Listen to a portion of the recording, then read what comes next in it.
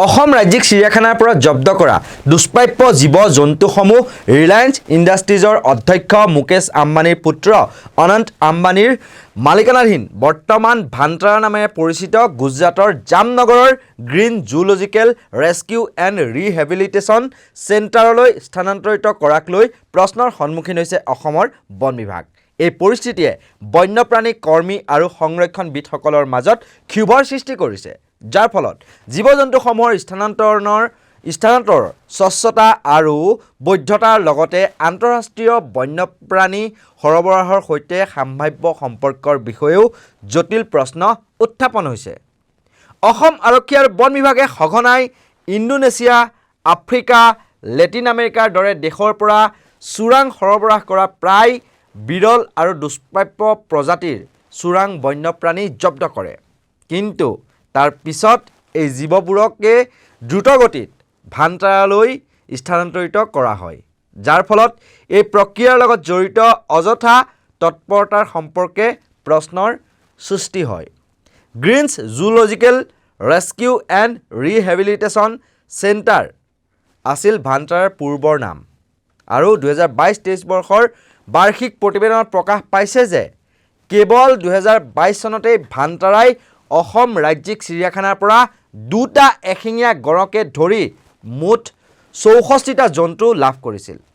অসম ৰাজ্যিক চিৰিয়াখানাৰ পৰা আম্বানী চিৰিয়াখানাই লাভ কৰা জীৱ-জন্তুসমূহৰ ভিতৰত আছে 17টা আফ্ৰিকান কাছ, এটা দাড়িযুক্ত কেপুচিন, এটা বেনেটৰ গছৰ কেংগাৰু, দুটা ব্লেক ক্ৰেষ্টেড মেংগাবে, 6টা বটেড মেকাকো, এটা বগা গালৰ গিবন, এটা ডি ব্ৰাজাৰ বান্দৰ, দুটা ইউৰোপীয় হেজহগ, 4টা হেক্স মেকাক, 3টা ইণ্ডো-চাইনিজ ৰূপালী লেংগুৰ, এটা ক্লছৰ গিবন, এটা লাৰ গিবন, 4টা হৈছে লেজাৰ স্পট নাকযুক্ত গুৱেনন, এটা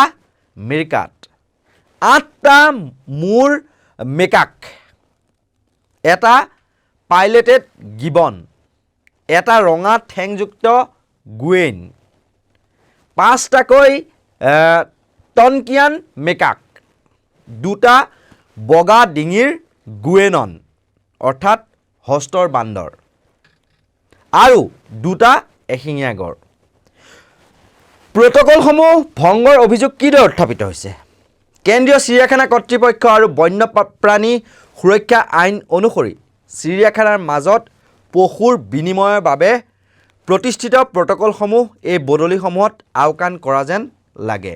এই প্ৰট'কলসমূহত সাধাৰণতে জীৱ-জন্তুৰ কল্যাণ নিশ্চিত কৰিবলৈ আৰু ৰোগৰ বিস্তাৰ ৰোধ কৰিবলৈ পৰিদৰ্শন, স্বাস্থ্য পৰীক্ষা আৰু কোৱাৰেণ্টাইনৰ সময়কে ধৰি দীঘলীয়া পদ্ধতিসমূহ জড়িত হৈ থাকে। ইয়াৰ উপৰিও জীৱ-জন্তুৰ বিনিময়ত সাধাৰণতে চিৰিয়াখানাৰ মাজত প্ৰজাতিৰ পাৰস্পৰিক স্থানান্তৰ জড়িত হৈ থাকে। অৱশ্যে বিনিময়ত একো নোপোৱাকৈ অসম ৰাজ্যিক চিৰিয়াখানাই এই জীৱ-জন্তুবোৰো ভান্তাৰালৈ প্ৰেৰণ কৰা বুলি সূত্ৰসমূহে অভিযোগ উত্থাপন কৰিছে, যাৰ ফলত বদলিৰ বৈধতাক লৈ আৰু অধিক সন্দেহৰ সৃষ্টি হৈছে। নাম প্ৰকাশত অনিচ্ছুক এজন বন্যপ্ৰাণী কৰ্মীয়ে কয়, চিৰিয়াখানাৰ মাজত পশুৰ বিনিময়ৰ বাবে মানা প্ৰট'কলত কেন্দ্ৰীয় চিৰিয়াখানা কৰ্তৃপক্ষৰ অনুমোদন আৰু বন্যপ্ৰাণী সুৰক্ষা আইন মানি চলাকে ধৰি দীঘলীয়া পদ্ধতি জড়িত হৈ থাকে। এই প্ৰক্ৰিয়াসমূহ সম্পূৰ্ণ হ'বলৈ এবছৰ নহ'লেও কেইবা মাহৰ প্ৰয়োজন হ'ব পাৰে, কিন্তু ভান্তাৰালৈ বদলি হোৱা জীৱ-জন্তুৰ ক্ষেত্ৰত কিছুমান ক্ষেত্ৰত স্থানান্তৰণৰ সময় মাত্ৰ 19 দিনহে হৈছে। 2022 চনৰ 19 অক্টোবৰত মিজোৰাম সীমান্তৰ অসমৰ কাছাৰ জিলাৰ ডাৰ্বি চাহ বাগিচা অঞ্চলত আৰক্ষীয়ে 13টা বিৰল বিদেশী প্ৰাণী জব্দ কৰে। এই প্ৰাণীবোৰকে মাত্ৰ 19 দিনৰ ভিতৰতে বিভ্ৰান্তিকৰভাৱে ভান্তাৰালৈ স্থানান্তৰ কৰা হৈছিল, যিটো মানক পদ্ধতিৰ সৈতে সম্পূৰ্ণ বিপৰীত।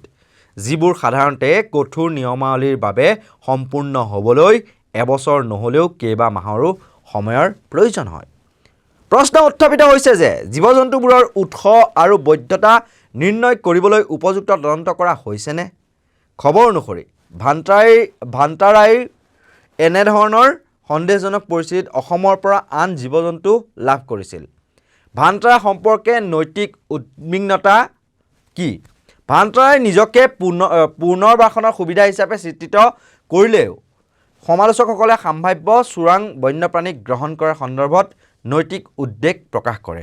তেওঁলোকে প্ৰশ্ন কৰে যে ভাণ্টাৰা সঁচাকৈ সংৰক্ষণৰ প্ৰতি দায়বদ্ধ হয়নে, নে কেৱল এই বিদেশী প্ৰাণীবোৰৰ পৰা সম্ভাৱ্য লাভৰ বাবে ধুৱলীময় উদ্ধাৰ আখ্যান তুলি ধৰিছে।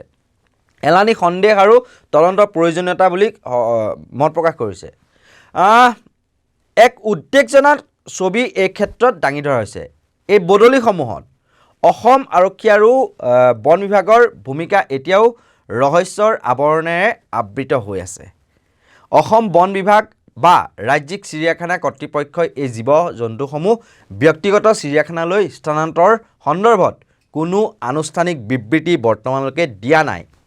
Greens zoological rescue and rehabilitation চেণ্টাৰৰ 2022-23 বৰ্ষৰ যি বাৰ্ষিক প্ৰতিবেদন, সেই বাৰ্ষিক প্ৰতিবেদন প্ৰকাশ পোৱাৰ পিছতেই এইসমূহ পোহৰলৈ আহিছে আৰু জলপট হৈ পৰিছে।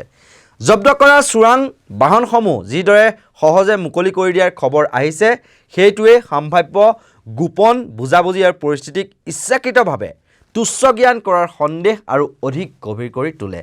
আন্তঃৰাষ্ট্ৰীয় বন্যপ্ৰাণী সৰবৰাহৰ অভিযানৰ সৈতে যিকোনো সম্ভাৱ্য সম্পৰ্ক উন্মোচন কৰিবলৈ সংৰক্ষণবিদসকলে এক সম্যক তদন্তৰ আহ্বান কৰিছে।